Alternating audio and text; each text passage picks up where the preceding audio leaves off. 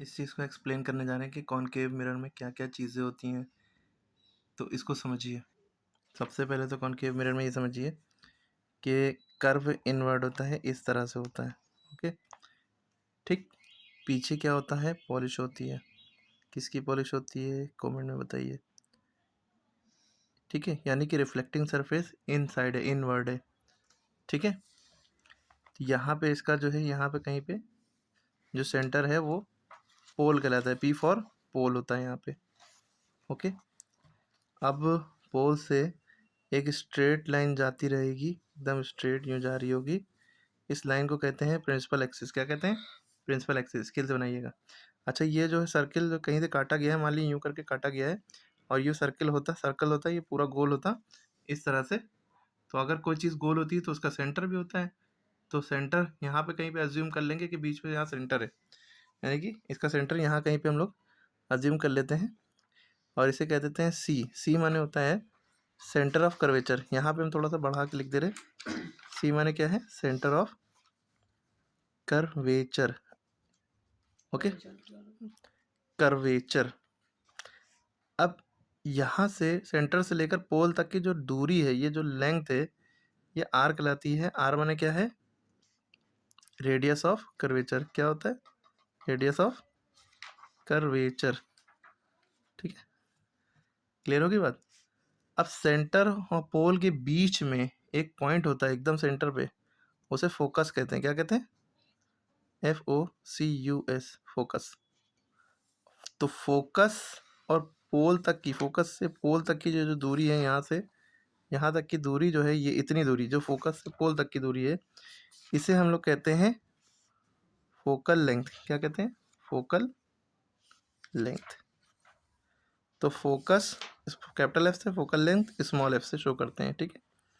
तो focal length क्या है? फोकस से पोल तक की दूरी। रेडियस ऑफ कर्वेचर क्या है? सेंटर से पोल तक की दूरी। यहाँ तक की क्लियर होगी बात? प्रिंसिपल एक्सिस क्या होती है? इस लाइन को कहते हैं, जो लाइन एकदम स्ट्रेट लाइन होती है, पोल से जो होती हुई जाती है, इसको कहते हैं PAL। स्कूल वाला जो प्रिंसिपल होता है, PLE वाला नहीं, PAL, principal axis. Okay, spelling याद रखिएगा। याद समझ में? तो यहीं से एक रिलेशन भी बन गया है फोकस और रेडियस ऑफ कर्वेचर के बीच में, कि रेडियस ऑफ कर्वेचर जो है वो 2 गुना है फोकस फोकल लेंथ की। देखिए, यहाँ से यहाँ तक फोकस, यहाँ से यहाँ तक, यानी कि 2 फोकस मिलके एक रेडियस ऑफ कर्वेचर के बराबर हो रहे हैं। तो R बराबर क्या हो गया फॉर्मूला? 2 into focal length. ठीक है? यानी कि 2 गुना फोकल लेंथ का एक रेडियस ऑफ कर्वेचर। अगर फोकल लेंथ की वैल्यू निकालनी है तो ये, अगर फोकल लेंथ कितनी है तो रेडियस की आधी है, तो रेडियस अपॉन 2। तो ये 2 अगर R के नीचे आ जाए, भाई R से ये F से मल्टीप्लाई में, तो ये नीचे आ जाएगा R के डिवाइड में। F की वैल्यू क्या आ गई? R/2। फोकल लेंथ का फॉर्मूला हो गया radius of curvature upon 2। Radius of curvature का फॉर्मूला हो गया 2 इंटू फोकल लेंथ। ओके, यहाँ तक समझ में आई बात? ये हमारा मिरर है कौन सा? ये है कॉनकेव मिरर। कौन सा मिरर? Concave, okay?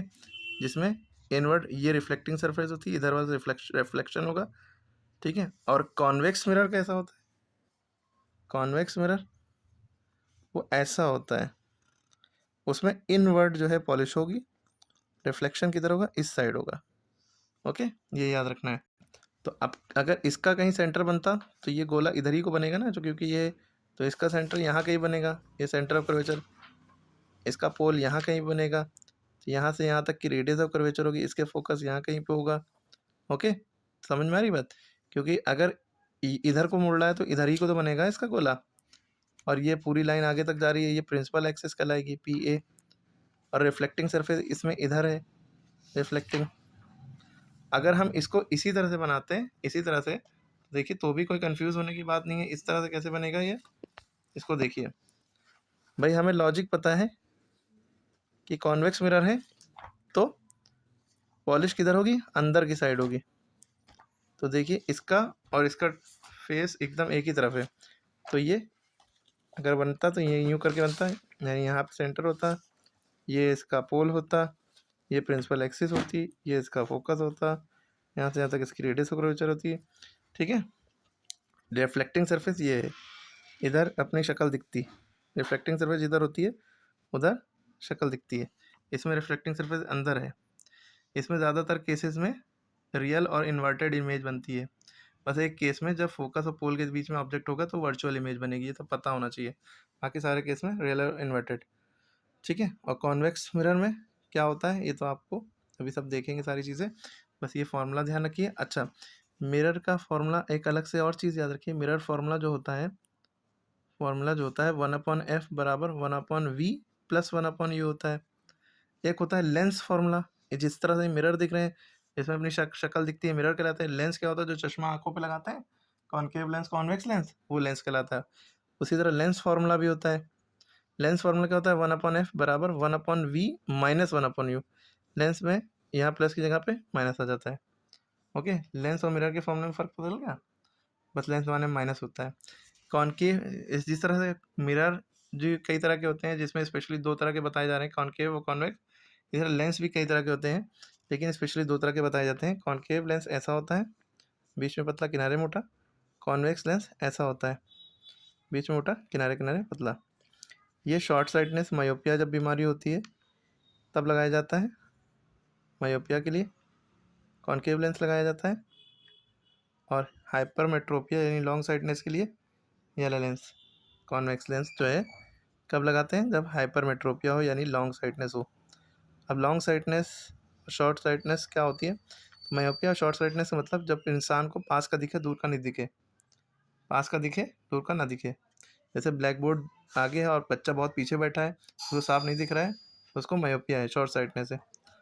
ठीक है, अगर पास में है कोई चीज़ उसको दिख नहीं रहा है, थोड़ा दूर करना पड़ता है यूँ करके, तो उसे लॉन्ग साइटनेस यानी दूर का दिखता है, पास का नहीं दिखता, तो उसे ये वाला लेंस लगाना चाहिए, तो वो चीज़ सही कर देगा। ओके, उसके बाद रे डायग्राम की बात आ जाती है। दो चीज़ें ध्यान रखिए, सेंटर ऑफ कर्वेचर और फोकस। अगर ऑब्जेक्ट सेंटर ऑफ कर्वेचर के पीछे रखा है तो इमेज पहले ही रे पैरेलल जाएगी प्रिंसिपल एक्सिस के और फोकस पे कट करेगी, पैरेलल गई, टकराने के बाद इससे फोकस पे कट करेगी। दूसरी रे फोकस से जाएगी और फोकस से जाएगी, एकदम स्ट्रेट रखिएगा, फोकस से जाएगी और पैरेलल हो जाएगी, यानी कि यूँ गई और यूँ आई। ठीक है, तो इमेज कहाँ बन रही है, सेंटर और फोकस के बीच में। ठीक है, इसी तरह दूसरा लॉ, तो मतलब मेन लॉज आप समझ लिए पहले। अगर कोई रे पैरेलल जाती है फोकस से कट करती है, फोकस से जाती है तो पैरेलल हो जाती है। ठीक है, दूसरा लॉ, फोकस है, सेंटर ऑफ कर्वेचर है, अगर सेंटर ऑफ कर्वेचर से होती हुई जा रही है तो वापस रिट्रेस अपना रास्ता पकड़ लेगी, वापस अपने रास्ते पे आ जाएगी। फिर एक और लॉ, फोकस है, सेंटर है। ठीक है, कोई लाइन ऑब्लिकली पोल से होती जा रही है तो ऑब्लिकली चली जाएगी यूँ, ऑब्लिकली। ठीक है, तो इतने लॉज में दो स्पेस में दो लॉज यूज़ करते हैं।